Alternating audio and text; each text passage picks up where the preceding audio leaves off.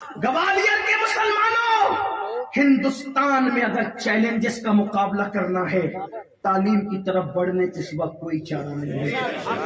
اپنی اسکولیں کھولو، اپنی کالجز کھولو، اپنی یونیورسٹیاں کھولو، مگر مجھے افسوس ہے، لوگ کہتے ہیں مسلمانوں کے پاس پیسہ نہیں ہے۔ میں کہتا ہوں جتنا اللہ نے مسلمانوں کو دیا اتنا کسی کے پاس نہیں، اور دینے کا جذبہ جتنا مسلمانوں کے پاس ہے اتنا کسی کے پاس۔ لیکن تمہارے پیسے کہاں خرچہ ہو رہے؟ اگربتیوں پہ خرچے، لوبان پہ خرچہ ہو رہے۔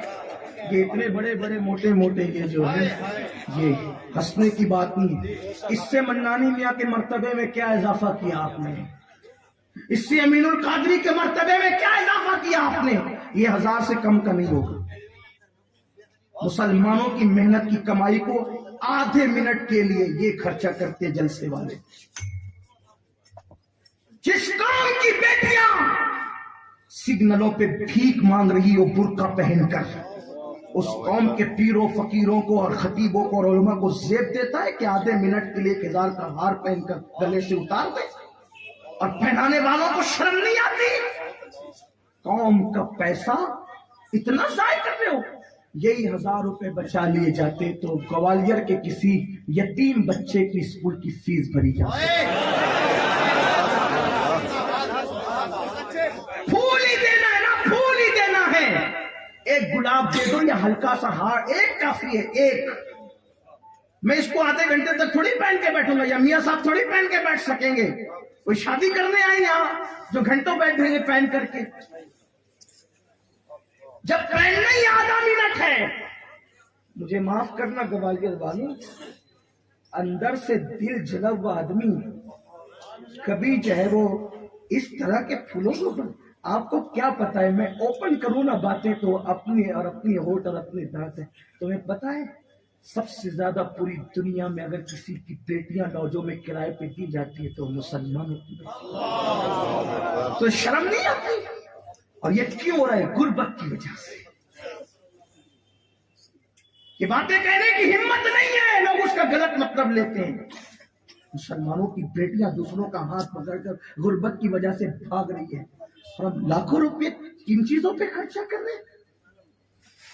قیامت کے دن اللہ ہم سے نہیں پوچھے گا۔